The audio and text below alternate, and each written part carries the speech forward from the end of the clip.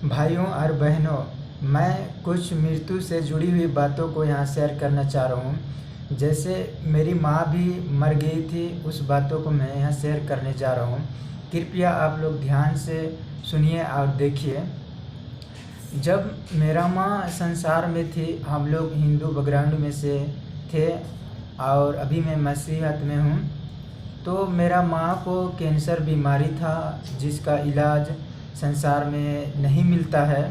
तो मेरा माँ पहले दारू उरू पीती थी, हाड़ी उड़ी पीती थी और तंबाकू भी खाती थी, जिससे कारण से कैंसर जो है कि उसके शरीर में फैल गया और जिससे इतना बड़ा बड़ा फोड़ा उठ गया था, इधर भी, फिर इधर भी 4-5 जगह इतना बड़ा बड़ा फोड़ा हो गया था। यहाँ तक कि दूध में भी फोड़ा हो गया था। फिर उससे लहू और पीप निकल रहा था और ऊँट भी पूरा फट गया था, मतलब उसमें घाव हो गया था, जिससे वो खाना नहीं खा पा रही थी। ब्रेड व्रेड खा रही थी मेरा माँ, और वो ऐसे रहती थी। तो मेरा पिताजी और मेरा बड़ा भैया ने उसको इलाज के लिए रांची लाए थे। तो रांची में वहाँ हॉस्पिटल में लेके गए थे, तो वहाँ बताया गया कि 3 लाख जैसे पैसा लगेगा, और हम लोग तो गरीब परिवार में से थे, तो उतना पैसा काफ़ी नहीं था। लेकिन भी मेरा पिताजी और मेरा भैया लोग इंतज़ाम किए पैसा का, किसी तरह मेरा माँ का जान बचाने के चलते। लेकिन भी डॉक्टर ने जवाब दे दिया, इतना पैसा खर्चा करने के बाद भी तुम्हारा मम्मी नहीं बचेगा, मतलब मर जाएगा, ऐसा बोला। फिर वहाँ रिजेक्ट कर दिया। फिर मेरा माँ को मेरा पिताजी ने घर ले लाया। फिर उसके बाद बहुत अच्छा से उसको सेवा वगैरह करने लगे हम सब। फिर कुछ दिन रही मेरा माँ गांव समाज में, परिवार से मेल प्रेम से रही। फिर उसके बाद में वो खाना भी नहीं खा पाती थी, घाव हो गया था। ब्रेड खा रही थी और ऐसे पानी उनी पी रही थी। फिर अचानक कुछ दिन बीतने के बाद मेरा माँ मर गई। उसके बाद तो मेरा माँ को जो है कि हम लोग कफन में ढाप के और बांस का सारा बना के 4 आदमी ढो के लेके गए। उधर पीछे जितने गांव के समाज के बड़ बुजुर्ग भाई लोग थे, उन लोगों के साथ गए हम लोग। तो वहाँ जो मिट्टी खोदे हम लोग, और उसके बाद में मेरा माँ को जो है कि दफनाए। उसके बाद ऊपर से हम लोग लकड़ी का पाठ बना दिए, और जिससे माटी जल्दी से ना भसे और मेरा माँ कुछ दिन सुरक्षित रहे, मतलब लोथ जो है कि जल्दी ना सड़े, बोलकर हम लोग ऐसा किए थे। फिर भी से हम लोग वहाँ बहुत सारे ऐसे रीति रिवाज किए थे, जैसे माँ को पैसा देना, मुंह में पैसा लगाना, और दारू भी लेके गए थे बोतल में, 1 पेटी दारू पिलाना, और डुबनी थरिया देना, जो खाना खाएगी दतून देना। ये सब रीति रिवाज हम लोग हिंदू धर्म में थे, तो हम लोग करते थे, तो हम लोग किए। उसके बाद में जब दफना दिए थे, उसके बाद में बहुत सारे ऐसे रीति रिवाज किए। 10 दिन तक मुझे कब्र के पास जाके दतून देना पड़ता था मेरा माँ को, खाएगी दतून बोलकर। पहले सुबह सुबह जाके नदी में नहाना होता था, उसके बाद में घर आना पड़ता था। तो मैं 10 दिन लगातार जो है कि मेरा माँ को दतून देता रहा, और मतलब कि मैं नदी में जाके नहाता रहा। तो ऐसा हिंदुओं का रीति रिवाज था। पता मेरे भाइयों बहनों, मेरे बुद्धि को शैतान ने बंद कर दिया था, मेरे आँख को अंधा कर दिया था। इसी के लिए मैं दतून देने गया था और मैं उसको खिला रहा था। आप लोग सोच सकते हैं, क्या मरल मुर्दा दतून खाएगा? क्या मरल घोड़ा घास चरेगा? ऐसे भी थोड़ा बुद्धि हम नहीं लगाए और लोग नहीं लगाते हैं। आज शैतान सब मनुष्यों का आँख को अंधा कर दिया है और सब मनुष्यों को बुद्धि को बंद कर दिया है। और लोग यही कहते हैं, जब एक मनुष्य मर जाता है तो अपने पापों का, अपने कर्म का दंड भुगतने के लिए दोबारा से जन्म लेता है। कुत्ता में, बिल्ली में, पक्षी में, ऐसे लोग जन्म पर विश्वास करते हैं और चलते हैं। पुनर्जन्म पर लोग विश्वास करते हैं। पवित्र बाइबल सिखाता है मेरे भाई बहनों की, एक बार मनुष्य का मरना और न्याय का होना नित्य है, कहता है। यीशु ही एक सच्चा परमेश्वर है जो मृत्यु से जीवन की बात करता है। यीशु ने कहा यूहन्ना का 11:25 में, पुनरुत्थान और जीवन मैं हूँ, जो कोई मुझ पर विश्वास करता है, मर भी जाएगा तो भी जिएगा। ऐसा यीशु मसीह ने कहा है। उसके बाद में काफ़ी दिन बीत गया। फिर जब हम इधर रांची तरफ आ गए, मेरा गवाही तो बहुत बड़ा है, इसके लिए मेरा माँ का ही गवाही शेयर कर रहा हूँ और रोशन से मैं बताऊँगा, लेकिन मेरा गवाही एक आध दिन बताऊँगा आप सबको। मैं इधर आ गया रांची तरफ, चर्च उर्च जाने लगा मैंने, तो मसीह यीशु पर मैं विश्वास किया। तो उसके बाद में मैं 3-4 साल के बाद गांव गया। तो जैसे गांव गया तो मैं गांव में गया, फिर जगह जगह पे यीशु मसीह का सुसमाचार मैंने प्रचार करने लगा और मैंने पर्चे बांटने लगा और उसके बाद में गवाह मैंने देने लगा। एक भैया साहब लोग होते हैं ना, राजा लोग, वो लोग बोले हैं कि मुकेश प्रचार करता है, पर्चे बांटता है, उसका गवाह या उसका प्रचार को मत सुनना, उसका संदेश को मत सुनना, ऐसे करके गांव समाज वाले लोग को वो मना करने लगा। लेकिन भी मैंने नहीं डरा, मैंने कहा कि यीशु परमेश्वर मेरा साथ है, मैं नहीं डरूंगा किसी से, बोलकर मैं हिम्मत से प्रचार करता ही चला गया। मेरा भाई था एक रोशन, जो मेरे मामा का बेटा था, वो करीब ही 6-7 साल का जैसे था। तो उससे मैं बहुत साथ साथ रहते थे, उसको मैं प्रार्थना करने सिखाता था, जहाँ मैं जाता था उधर लेके जाता था, प्रभु का सुसमाचार सुनाने के लिए भी उसको लेके जाता था। तो बच्चे लोग मेरे साथ काफ़ी साथ रहते थे। आप लोग वीडियो में देखे होंगे कि हम लोग प्रार्थना सब करते हैं, गाना सब गाते हैं, वो सब दोनों भाई से हम लोग गए, मतलब कि मेरा माँ का कब्र को देखने के लिए कैसा हुआ है। तो मेरा भाई जो रोशन था, उसके साथ हम लोग जा रहे थे। तो मेरा भाई रोशन जो है कि डरने लगा था कि हम लोग कब्र जा रहे हैं, शमशान घाट जा रहे हैं। तो मैंने उसको बताया था, मेरा रोशन भाई को, कि रोशन भाई तुम मत डरना, यीशु परमेश्वर मेरे हृदय आत्मा में है, परमेश्वर मेरे अंदर में है, तो शैतान दुष्ट आत्मा नहीं घुस सकता है और कोई भूत प्रेत भी हमें नहीं झुरकेगा। मेरा माँ मर गई है और मेरा माँ मिट्टी बन गई है, जैसे ये मिट्टी है उसी प्रकार मेरा माँ बन गई है मिट्टी, तो उसके लिए कोई भूत ऊत नहीं है भाई, चलो। तो मैं उसको हिम्मत दिया, हौसला दिया और बच्चे ने मेरे साथ चला और हम लोग जाके वहाँ पे देखें तो मेरा माँ का जो कब्र था ना, वो लकड़ी से हम लोग बनाए थे, तो वो धंस गया था, मतलब गड्ढा हो गया था। तो हम सोचने लगे कि अरे इसमें तो लोमड़ी उमड़ी आके बैठेगा, सूतेगा, बोलकर हम वहाँ सोचने लगे कि कैसे इसको हम लोग भटेंगे, पाटेंगे। वहाँ पे हम लोग के पास कुदारी उदारी नहीं था भटने के लिए। उसके बाद में हम लोग देखें कि धंस था, उससे हम लोग धंस को खूंदते थे तो मिट्टी धंस रहा था। तो हम वही दिमाग लगाए, हम बोले उस मेरे भाई को चलो हम लोग धंसते हैं। फिर उसको पैर से खूंदने लगे, मिट्टी धंसने लगा। हम 2 शर्ट पहने थे, एक टी शर्ट पहने थे अंदर में, तो एक शर्ट को निकाले और शर्ट में मिट्टी को जमा कर करके जा के मेरे माँ का जो कब्र था उसको हम लोग भरने लगे। फिर बहुत वहाँ पे कड़ा मिट्टी था, इसके लिए पैर से भी नहीं धंसा जा रहा था, पैर से भी धंस धंस के हम लोग थक गए थे।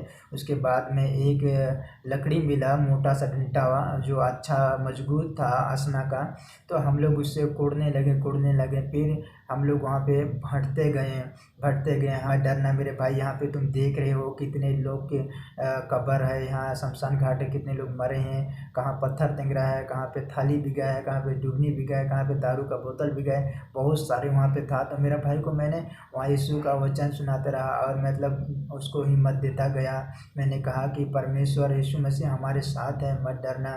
फिर उसके बाद में मैं कहता रहा कि भूत उत नहीं झुरकेगा, क्योंकि यीशु प्रभु हमारे साथ है। उसके बाद में उस भाई ने बहुत मेहनत किया, मेरा भाई, उसके लिए मैं उसको बहुत बहुत धन्यवाद करता हूँ, आज भी उसके लिए प्रार्थना करता हूँ मैं। तो उसके बाद में हम लोग भाट दिए, मेरा माँ का कब्र को पूरा सिंपल कर दिए, भाट के खूंद के भाट दिए। उसके बाद में हम लोग जो है कि वहाँ से घर आए। लेकिन मेरे प्यारे भाई बहनों सब, मैं बताना चाह रहा हूँ, परमेश्वर की वचन जैसे कहता है कि आदम को परमेश्वर ने मिट्टी से बनाया था, पहला मनुष्य का नाम था आदम, इसलिए हम लोग आदम के संतानें हैं। इसलिए हम लोग को आम बोलचाल की भाषा से कहते हैं कि ये आदमीन वो आदमीन कहते हैं, है ना। जब आदम हवा पहला पुरुष और स्त्री थे, वो लोग परमेश्वर की आज्ञाओं को तोड़ दिए, जब पाप किए, भले बुरे का ज्ञान का वृक्ष का फल खा के, तब परमेश्वर ने उन लोगों को आदम के बटिका से निकाल दिया और पाप और मृत्यु को स्वभाव आ गया था।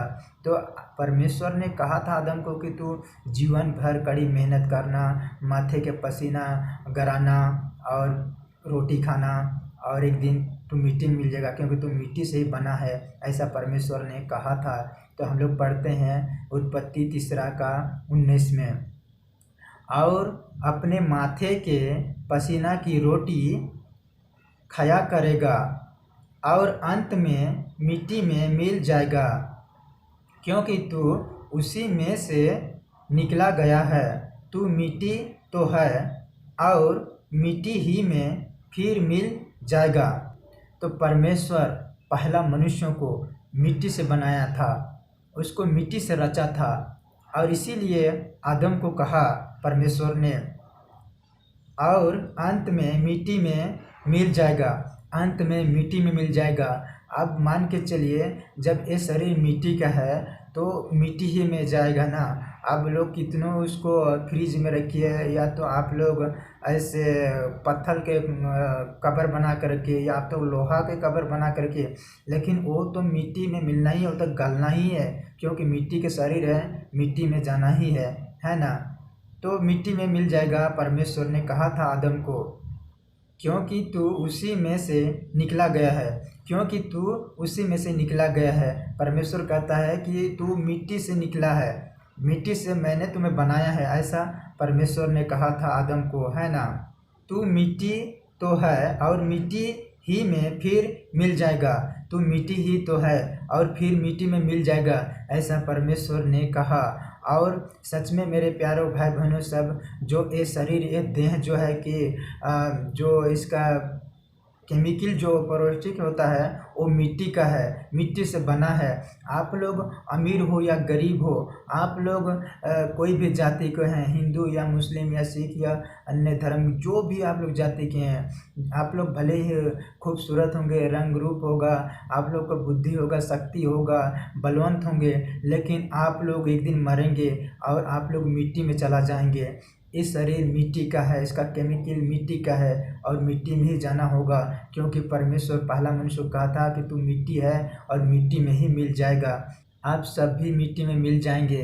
तो इसके लिए जब तक जिंदा हैं तब तक उस परमेश्वर को पुकारिए जो आप लोग को रचा है, जो आप लोग को बनाया है। जब आप लोग मरेंगे सारी चीज़ ख़त्म हो जाएगा, आपका काम, आपका पत्नी, अपने बाल बच्चा, अपने धन दौलत, अपने कार, अपने बंगला, सब खत्म हो जाएगा उसी क्षण। जिस क्षण आपका सांस रुका, आपका सब खत्म, समाप्त। उसके बाद आपका न्याय होगा। बाइबल सिखाता है कि एक स्वर्ग है, एक नर्क है, दो ही जगह पे मनुष्य को जाना होता है, और इसके लिए बाइबल पूरी जानकारी देता है। तो जो वैज्ञानिक तरफ से सिखाया जाता है उसमें है कि जो एक बांदर रहता था, जंगल में रहते थे बांदर लोग, तो वही बांदर धीरे धीरे चलते चलते मनुष्य के में विकसित हो गया, मनुष्य के रूप में आ गया, ऐसे कहते हैं, ऐसे वैज्ञानिक बताता है ना। लेकिन सच्चा और जीवित परमेश्वर कैसे मनुष्य को बनाया, आप सबको कैसे बनाया, कैसे आप सबको रचा, पहला मनुष्य को परमेश्वर कैसे बनाया था, पहला आदमी को परमेश्वर कैसे रचा था। उत्पत्ति 2:7 में, और यहोवा परमेश्वर ने आदम को भूमि की मिट्टी से रचा और उसके नथनों में जीवन का सांस फूंक दिया और आदम जीवते प्राणी बन गया। परमेश्वर स्वयं पहला मनुष्य, पहला आदमी के अंदर में जीवन के सांस फूंका था, ना कि बांदर के तरह था और आगे चलते चलते मनुष्य के रूप में विकसित हुआ, मनुष्य के जैसे बन गया, ऐसा नहीं कह रहा है बाइबल। ऊपर वाला जो पवित्र परमेश्वर है वो मनुष्य को मिट्टी से बनाया था, आप सबको मिट्टी से बनाया है, आप सबको उसने रचा है और जीवन के सांस दिया है, उसने जान दिया है आप सबको। और आदम जीवते प्राणी बन गया, और जो पहला मनुष्य था, पहला आदम था, वो जीवते प्राणी बन गया, वो जीवित बन गया, उसमें जान आ गया, है ना। परमेश्वर एक अंतरात्मा डाल दिया, है ना, इसीलिए उसको जीवित प्राणी बनाया था, जीवित प्राणी बन गया, है ना। दूसरे शब्दों में कहें तो आदम शरीर से तो जीवित हो गया, लेकिन उसका अंदर पवित्र आत्मा नहीं था।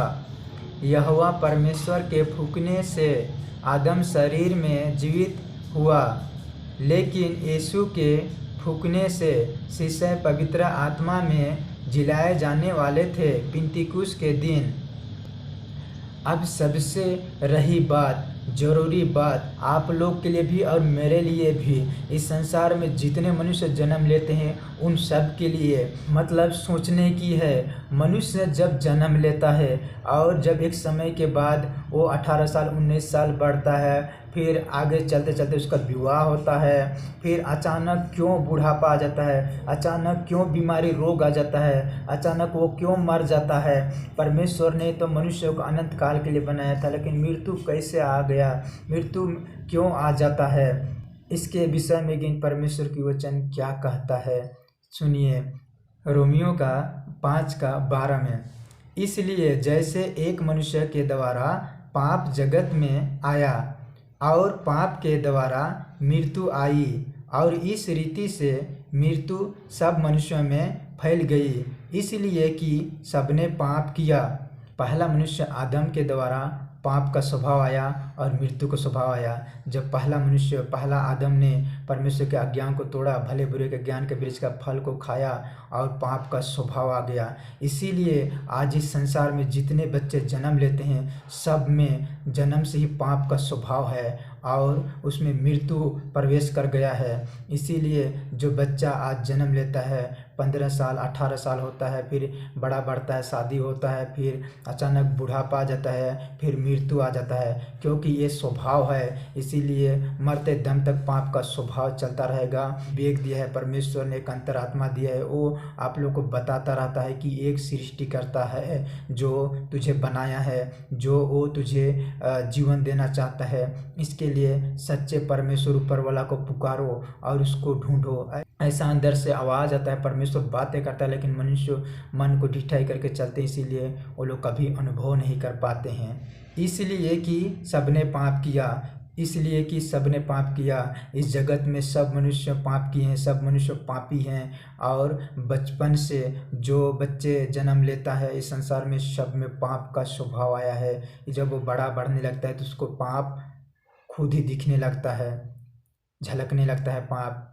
तो इसी संसार के चिंता में और धन दौलत की चिंता में और सांसारिक जीवन में भाग दौड़ कर रहे होते हैं, लेकिन वो लोग कभी इतना नहीं सोचना चाहते हैं कि आगे के जीवन क्या होगा, भविष्य में क्या होगा, हम लोग मरेंगे तो फिर कहाँ जाएंगे, स्वर्ग या नरक, इसके विषय में वो लोग चिंता नहीं करते हैं, सोच भी नहीं करते हैं। याकूब 4:14, और यह नहीं जानते कि कल क्या होगा, सुन तो लो तुम्हारा जीवन है ही क्या, तुम तो मानो भाप समान हो जो थोड़ी देर दिखाई देती है फिर लोप हो जाती है।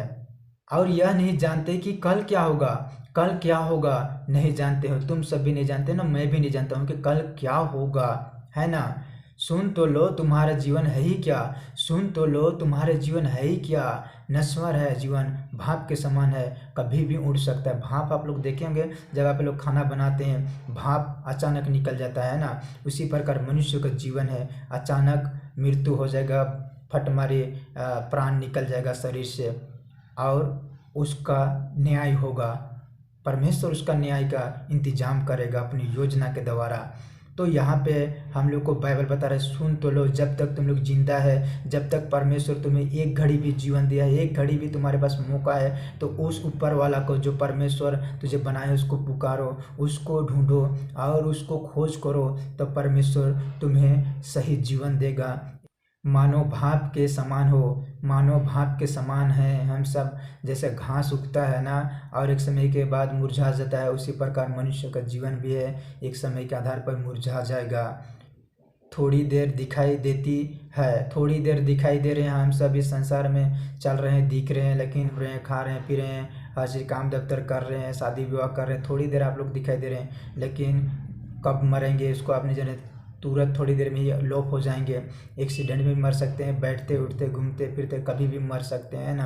तो थोड़ी देर ही दिखाई देते हैं मनुष्य, अचानक मर जाते हैं, फिर लोप हो जाती है, लोप हो जाती है, लोप हो जाएंगे, मरने के बाद लोप हो जाएंगे संसार से, उसका रिश्ता, उसका परिवार से, उसके समाज से सब नाता टूट जाता है, लोप हो जाते हैं, है ना। मेरे भाइयों और बहनों, परमेश्वर की पवित्र बाइबल कहता है कि पाप की मजदूरी तो मृत्यु है, मतलब नर्क है, मतलब आत्मा और शरीर को वहाँ जलाया जाता है। आग कभी नहीं बुझेगा, कीड़ा कभी नहीं मरेगा।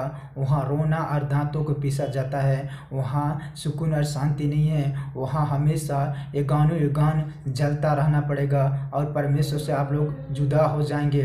और उसी प्रकार एक स्वर्ग है जो अनंत काल के जीवन है, जिसमें मृत्यु नहीं है, जिसमें बुढ़ापा नहीं है। वहाँ आनंद और खुशी है, वहाँ हंसी है, वहाँ अच्छा ज़िंदगी है, अनंत काल की ज़िंदगी है जो कभी अंत नहीं होगा, जो परमेश्वर के साथ आप लोग गुजारेंगे। लेकिन आप लोग पर निर्णय करने का, आप लोग पर फैसला करने का ये ज़रूरत है। अभी जीवित हैं, एक समय के आधार पर आप लोग मर भी सकेंगे, कल मर सकते हैं, आज मर सकते हैं। इसलिए आप लोग स्वयं सृष्टिकर्ता जीवित परमेश्वर को पुकारिए। मैं बताना चाह रहा हूँ कि स्वयं सृष्टिकर्ता और जीवित परमेश्वर यीशु मसीह है। इस पवित्र बाइबल को पढ़िए, इसमें सारे सच्चाई लिखा हुआ है और बताया गया है। आज संसार में मेरे भाइयों और बहनों कितने लड़का लड़की होते हैं, जो युवा लोग होते हैं, जो जवान होते हैं, वो लोग गर्लफ्रेंड के लिए अपने जान देते हैं, बॉयफ्रेंड के लिए अपने जान देते हैं।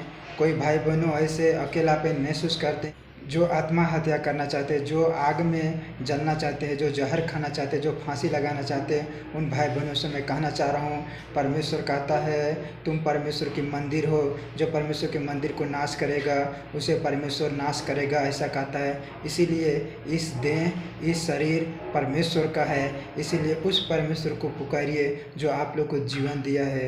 यीशु मसीह कहता है कि मैं तुम्हें मरने के लिए नहीं परंतु अनंत जीवन के लिए बनाया हूँ, ऐसा कहता है। आज संसार में युवाओं लोग अपने शरीर के आनंद के चलते, अपने सुख और ज़िंदगी गुजारने के चलते परमेश्वर के दिए हुए जीवन को नष्ट कर रही हैं। इसलिए मन फिराइए मेरे भाइयों बहनों सब, और अपने पापों से पछतावा कीजिए, तौबा कीजिए। तो लोग ये भी कहते हैं आम बोलचाल की भाषा में कि 2 दिन का ज़िंदगी है, 4 दिन का ज़िंदगी है, जब तक जियो तब तक खाओ पियो घी पियो, मरने के बाद कौन देखा स्वर्ग नरक वाकई में है या नहीं, ऐसे भी लोग कहते हैं ना। लेकिन 2 दिन का ज़िंदगी तो है, 4 दिन का ज़िंदगी तो है, आप लोग सोच रहे हैं। लेकिन परमेश्वर कहता है मैंने तुम्हें 2 दिन का ज़िंदगी के लिए नहीं बनाया, मैंने तुम्हें 4 दिन का ज़िंदगी के लिए नहीं बनाया, मैंने तो तुझे अनंत काल के लिए बनाया हूँ, अनंत जीवन के लिए बनाया हूँ। लेकिन तू मुझे पुकार, तू मुझ पर विश्वास करेगा तब तुम्हें अनंत काल का जीवन मिलेगा। परमेश्वर ने जगत से सब प्रेम रखा कि इकलौता पुत्र दे दिया, मतलब यीशु, ताकि जो किसी विश्वास कर नाश न हो परंतु अनंत जीवन पाए। अनंत काल के जीवन यीशु मसीह देगा। यीशु मसीह बलिदान दिया, वहाँ से मिलता है अनंत काल के जीवन, जो पापों को क्षमा उद्धार वहाँ से मिलता है बलिदान के द्वारा। लुका में एक जगह लिखा है 20 में गिन, जो लोग धन बटोरते हैं, जो लोग धन के पीछे भागते हैं, जो लोग संसार के चिंता में घूम रहे हैं, उन सब के लिए परमेश्वर का वचन क्या कह रहा है। जो लोग भोग विलास के जीवन गुजार रहे हैं, वो लोग के लिए परमेश्वर का वचन क्या कहता है। परंतु परमेश्वर ने उससे कहा, हे मूर्ख, इसी रात तेरा प्राण तुझसे ले लिया जाएगा, तब जो कुछ तूने इकट्ठा किया है वह किसका होगा। मतलब परमेश्वर यीशु मसीह एक मनुष्य को कहा, मतलब सारे जगत के मनुष्य से कह रहा है कि जितना तुम धन संपत्ति इकट्ठा किया है, जितना तू भोग विलास की ज़िंदगी गुजार रहा है और समय रहते हुए तू मुझे नहीं खोज रहा है, मुझे नहीं पुकार रहा है, एक दिन तुम्हारा प्राण ले लिया जाएगा, तो जो कुछ तूने इकट्ठा किया वो किसका होगा। तुम मरोगे, सब चीज़ समाप्त हो जाएगा, धन संपत्ति सब छूट जाएगा। पौलुस कहता था हम लोग माँ के पेट से नंगे आए हैं और नंगे चला जाएंगे। जगत में ना तो कुछ लेके आए हैं ना तो कुछ लेके जाएंगे, अकेले आए हैं अकेले ही जाना होगा। और सब लोग को अकेले परमेश्वर के सामने खड़ा होना होगा। उसके साथ माँ बाप नहीं होंगे, उसके साथ भाई बहन नहीं होंगे, उसके साथ परिवार नहीं होंगे, है ना। जितने धन संपत्ति रखे हो, जितने संसार की चिंता में भोग विलास में घूम रहे हो, जितने कार बंगला है, मर जाओगे तो किसका होगा, सब छूट जाएगा। तो इसीलिए बाइबल बहुत फर्स्ट है इस मृत्यु के विषय में। गिन 14 में कहता है, तो भी आदम से लेकर मूसा तक मृत्यु ने उन लोगों पर भी राज किया। मतलब आदम पहला मनुष्य से लेकर मूसा तक सारे मनुष्यों में राज किया। मृत्यु का स्वभाव आया, इसीलिए राज किया मृत्यु। और जैसे आदम में सभी मरते हैं वैसे यीशु मसीह में सभी जिलाए जाएंगे। बाइबल कहता है आदम पहला मनुष्य में सारे मनुष्य मर रहे हैं। इस जगत के, इस संसार के जितने मनुष्य हैं सब लोग मरेंगे एक दिन। और यीशु मसीह में ही जिलाए जाएंगे। यीशु मसीह अनंत जीवन देगा। आप लोग को उस पर विश्वास करना ही होगा। अगर जीवन पाना चाहते हैं, अगर पाप क्षमा मांगना चाहते हैं, तो आपको यीशु पर विश्वास कीजिए, मिल जाएगा। यीशु ने इसीलिए बलिदान दिया है ना। ये नहीं कि धर्म में घूमते मत रहिए, रीति रिवाज में घूमते मत रहिए और अपने मन को ढिठाई मत बनाए रखिए। सारे धर्म को मनुष्य ने बनाया है। जो परमेश्वर है उसका कोई धर्म नहीं है। परमेश्वर ने कोई रीति रिवाज नहीं बनाया है। जो आप लोग देखे होंगे, जैसे बड़े बड़े यीशु का मूर्ति, मरियम का मूर्ति जिसमें मोमबत्ती जलाते हैं और जिसमें रीति रिवाज करते हैं, ईसाई धर्म आप लोग समझते हैं। परमेश्वर का इस धर्म से कोई ताल्लुक नहीं है। परमेश्वर कोई धर्म नहीं बनाया है। परमेश्वर मनुष्यों के बनाया है। परमेश्वर कोई जात पात नहीं बांटा है। परमेश्वर किसी को छोटा बड़ा नहीं देखता है। वो सबसे प्रेम करता है, सबको एक नज़र से देखता है। आप लोग सोचते होंगे कि मैं तो छोटा जात में से हूँ, छोटा मैं तो हूँ, लेकिन बड़ा जात के लोग और होते हैं, जो राजा मंत्री होते हैं, जो भैया साहब राजा लोग होते हैं, जो सिंह लोग होते हैं, ऐसे आप लोग सोचते होंगे। लेकिन परमेश्वर कहता है कि उन सब से बढ़कर मैं एक मन फिराने वाला पापी से प्रेम करता हूँ। परमेश्वर कहता है जो अपने आप को पापी स्वीकार करना चाहता है, जो मुझे पुकारेगा, जो क्षमा मांगेगा, उससे मैं अधिक प्रेम करता हूँ, ऐसा परमेश्वर कहता है। इसीलिए परमेश्वर पर आप लोग लौट आइए, इस पाप भरी दुनिया से लेकिन अपने आप को बचाइए। एक दिन तो सब लोग को मरना ही है ना। कोई हमेशा नहीं जीने आया है इस संसार में, कोई हमेशा इस संसार में ज़िंदगी नहीं गुजारेगा। एक दिन सब लोग को मिट जाना होगा। इसीलिए अपने बुद्धि का घमंड मत कीजिए, अपने शक्ति का घमंड मत कीजिए, लेकिन परमेश्वर के चरणों में आके हृदय को झुका लीजिए, मन को झुका लीजिए, तब सच्चा परमेश्वर आप सबसे प्रेम करेगा। जैसे मेरे भाइयों बहनों सब, मेरा माँ तो मर गया, संसार से चला गया, लेकिन उसका आत्मा को एक अंधेरे कुंड में परमेश्वर जमा किया है। जितने अविश्वासी संसार में मरते हैं, सबका आत्मा को वहाँ परमेश्वर रखा है। फिर एक समय के आधार पर उसका न्याय करेगा, शरीर पहनाएगा, जान डालेगा और उसका न्याय होगा, है ना। लेकिन मैं बताना चाह रहा हूँ, जितने इस धरती में जिंदा हैं, सब लोग को बताना चाह रहा हूँ कि सच्चा और जीवित यीशु मसीह है। उस पर यदि विश्वास करेंगे तो आप लोग मरेंगे तो वो जी जाएंगे। यीशु ने कहा पुनरुत्थान और जीवन मैं हूँ, जो कि मुझ पर विश्वास करता है यदि मर भी जाएगा तो भी जिएगा, ऐसा यीशु कहता है। और यीशु ने वो जिंदा भी करके दिखाया। एक विधवा के बेटा मर गया था, उसे लोग 4 मनुष्य कफन ढाप के बांस में सारा बना के ढो के लेके जा रहे थे, यीशु के पास रखते हैं। अर्थी को छूता है, ईश्वर कहता है हे जवान मैं तुझसे कहता हूँ उठ, और मुर्दा जी के उठ के बैठ जाता है। कि जो मुर्दा को जिंदा कर सकता है वही तो परमेश्वर होगा ना। तो यीशु ने मुर्दा को जिंदा किया। यीशु परमेश्वर है, मैंने ऐसे विश्वास भी किया था। तो इसीलिए यीशु परमेश्वर है जो मुर्दों को भी जिंदा कर देता है। और एक लाजर जो मर गया था, उसे कब्र में रखा हुआ था, 4 दिन हो गया था। यीशु ने कहा पुकार के बड़े शब्द से कि हे लाजर बाहर आ जा। मुर्दा हाथ पांव कफन से बंधा हुआ कब्र से बाहर निकल के आया। यीशु ने स्वयं मुर्दा को जिंदा किया है। यदि आप लोग विश्वास करेंगे तो वो आप लोग को जिलाएगा। लेकिन मेरा माँ थी, वो मिट्टी में मिल गई, वो मिट्टी ही है और हम सभी मिट्टी हैं। जीवित और सच्चा यीशु मसीह आप लोग को बुद्धि दे, क्योंकि उसको पुकारने के लिए, उसको ढूंढने के लिए ज्ञान दे और आप लोग की मदद करे। मैं विनती करता हूँ सच्चा और जीवित यीशु मसीह परमेश्वर से कि जितने भी इस संसार में मनुष्य लोग हैं, सब लोग का उद्धार कर दे। यीशु परमेश्वर मैं प्रार्थना करता हूँ कि सब लोग को तो अनंत जीवन दे, सब लोग को मरने से पहले वो लोग आपको पुकारने पाए, परमेश्वर आपको ढूंढने पाए, ऊपर वाला जीवित परमेश्वर जो आपने हमें बनाए हैं, आप लोग को लोग खोज करने पाए। यीशु मसीह के नाम से आमीन।